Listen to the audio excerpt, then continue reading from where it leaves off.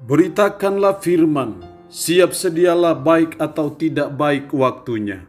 Shalom, kita bersyukur bisa berjumpa lagi dalam renungan harian edisi 26 Februari di hari ini. Mari kita mengawalinya dengan berdoa. Bapa di surga, kami sungguh bersyukur kepadamu di hari ini. Karena berkat pertolongan dan pelindungan Tuhan saja kami boleh beristirahat dengan baik, kami boleh melalui malam yang ada. Puji syukur kami naikkan kepadamu karena Engkau bangunkan kami pagi ini dengan tubuh yang sehat, dengan kekuatan yang baru yang Tuhan telah perbarui. Kami mau mengawali hidup kami sepanjang hari ini dengan kebenaran firman-Mu. Karena itu hamba berdoa, Roh-Mu yang kudus tolonglah kami.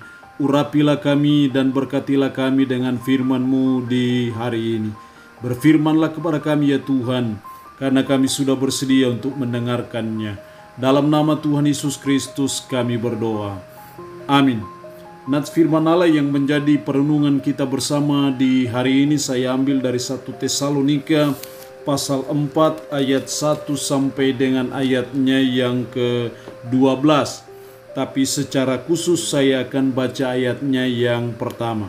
Demikian firman Allah di hari ini. Nasihat supaya hidup kudus. Akhirnya saudara-saudara, kami minta dan nasihatkan kamu dalam Tuhan Yesus. Kamu telah mendengar dari kami bagaimana kamu harus hidup supaya berkenan kepada Allah. Hal itu memang telah kamu turuti. Tetapi baiklah kamu melakukannya lebih bersungguh-sungguh lagi. Demikian firman Allah di hari ini yang intinya mengajar kita mengenai hidup yang berkenan kepada Allah. Adalah maunya Tuhan bagi kita, adalah kerinduan Tuhan bagi kita, supaya kita hidup berkenan kepada Tuhan. Menjadi suatu perjuangan kita, menjadi usaha kita, menjadi doa kita terus-menerus supaya hidup kita berkenan kepada Tuhan. Inilah nasihat Paulus kepada jemaat yang ada di Tesalonika supaya mereka hidup berkenan kepada Tuhan. Sangat jelas dalam ayat 1 dari 1 Tesalonika pasal 4 bagian B, kamu telah mendengar dari kami bagaimana kamu harus hidup supaya berkenan kepada Allah. Hal itu memang telah kamu turuti, tetapi baiklah kamu melakukannya lebih sungguh-sungguh lagi. Artinya bahwa jemaat Tesalonika sudah berusaha untuk hidup berkenan kepada Tuhan, tetapi Paulus menasihati mereka, mendorong mereka supaya mereka lebih bersungguh-sungguh lagi untuk hidup berkenan kepada Tuhan. Ini juga menjadi nasihat Tuhan bagi kita di hari ini, supaya hidup kita berkenan kepada Tuhan. Lalu pertanyaannya adalah, bagaimana caranya supaya hidup kita berkenan kepada Tuhan? Setidaknya ada dua cara yang diajarkan oleh firman Allah di hari ini supaya hidup kita berkenan kepada Tuhan. Ayatnya yang ketiga, karena inilah kehendak Allah pengudusanmu, yaitu supaya kamu menjauhi percabulan. Juga dalam ayat 4, supaya kamu masing-masing mengambil seorang perempuan menjadi istrimu sendiri dan hidup dalam pengudusan dan penghormatan, bukan di dalam keinginan hawa nafsu seperti yang dibuat oleh orang-orang yang tidak mengenal Allah. Kata pengudusan dalam ayat ini diulang sampai 2 kali. Baik itu ada dalam ayatnya yang ketiga, tapi juga ada dalam ayatnya yang keempat. Artinya ayat ini mengatakan bahwa supaya kita hidup berkenan kepada Tuhan, maka yang pertama kita harus hidup dalam kekudusan. Supaya kita hidup dalam kekudusan, maka kita harus menjauhi apa yang namanya percabulan itu. Karena ketika saudara dan saya terlibat dalam percabulan, maka itu tandanya kita tidak hidup kudus di mata Tuhan. Dan kalau kita tidak hidup kudus di mata Tuhan, maka kita tidak berkenan kepada Tuhan. Jadi hal yang pertama yang Tuhan tuntut bagi saudara dan saya adalah mari kita belajar untuk hidup dalam kekudusan. Kita belajar hidup dalam kesucian, karena itu yang Tuhan mau, supaya hidup kita berkenan kepada Tuhan.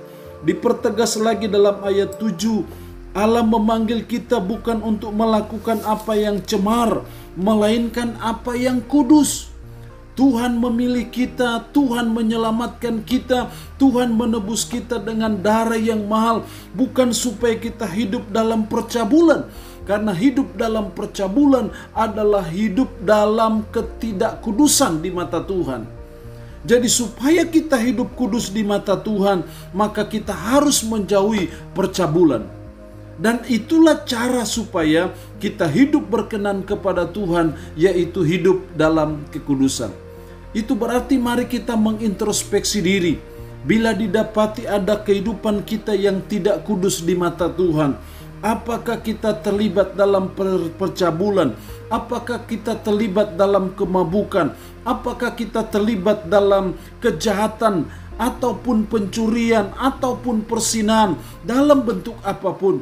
Mari sebagai umat, sebagai orang percaya, kita belajar bertobat, kita belajar meninggalkan semuanya itu, supaya kita hidup kudus di mata Tuhan. Dan ketika kita hidup kudus di mata Tuhan, itulah hidup yang berkenan kepada Tuhan. Yang kedua, cara supaya kita hidup berkenan kepada Tuhan, dalam ayatnya yang ke-9 sampai ayatnya yang ke-12, tentang kasih persaudaraan, tidak perlu dituliskan kepada kamu, karena kamu sendiri telah belajar kasih mengasihi dari Allah. Hal itu kamu lakukan juga terhadap semua saudara di seluruh wilayah Makedonia. Tetapi kami menasihati kamu saudara-saudara, supaya kamu lebih bersungguh-sungguh lagi melakukannya. Rupanya jemaat di Tesalonika sudah hidup dalam kasih, sudah saling mengasihi satu dengan yang lain. Tapi Paulus mengingatkan mereka, mendorong mereka supaya mereka lebih bersungguh-sungguh lagi melakukannya, yaitu hidup saling mengasihi satu dengan yang lain, atau hidup di dalam kasih. Karena ketika saudara dan saya hidup di dalam kasih, maka itulah hidup yang berkenan kepada Tuhan.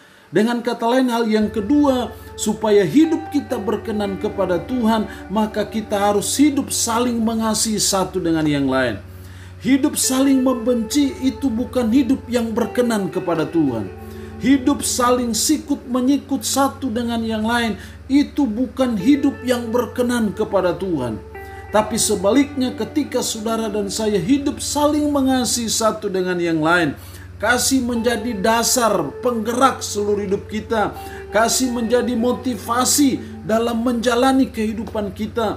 Sehingga kasih itu menjiwai seluruh hidup kita. Dan kita semua hidup di dalam kasih. Ketika saudara dan saya hidup di dalam kasih, saling mengasihi satu dengan yang lain, itulah hidup yang berkenan kepada Tuhan.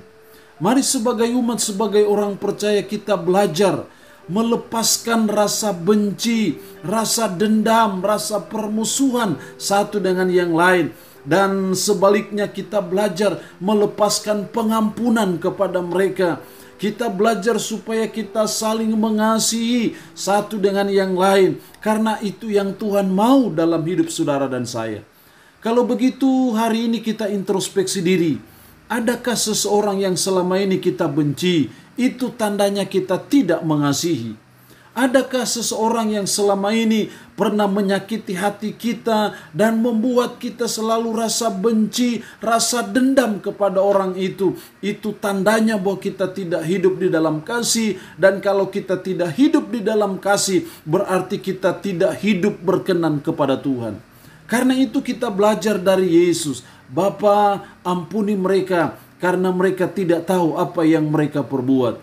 Harusnya kita juga berkata seperti itu kepada orang lain yang pernah menyakiti kita. Kita berkata, Bapa, ampuni dia, karena dia tidak tahu apa yang dia perbuat. Sehingga saling mengasihi satu dengan yang lain terjalin dan tercipta dalam hidup saudara dan saya. Karena itulah hidup yang berkenan kepada Tuhan.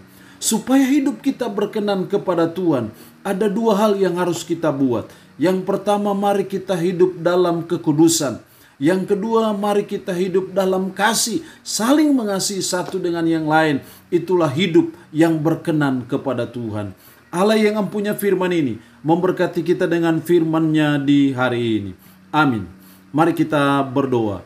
Puji syukur untuk kebenaran firman-Mu di hari ini, yang mengajar kami supaya hidup kami berkenan kepada Tuhan. Ya Tuhan, tolonglah kami dengan kuat kuasa Roh-Mu yang kudus, mampukan kami supaya kami terus berusaha, kami terus berjuang supaya hidup kami berkenan kepada Tuhan. Dua hal yang harus kami buat supaya hidup kami berkenan kepada Tuhan. Kami hidup dalam kekudusan, kami hidup dalam kasih satu dengan yang lain. Itulah hidup yang berkenan kepada Tuhan. Tanamkanlah, meteraikanlah firman ini dalam hati dan pikiran kami. Sanggupkan kami untuk bisa menjalani hidup ini berpadanan dengan firman-Mu di hari ini. Berkat Tuhan bagi umat-Mu yang boleh mendengarkan renungan harian di hari ini.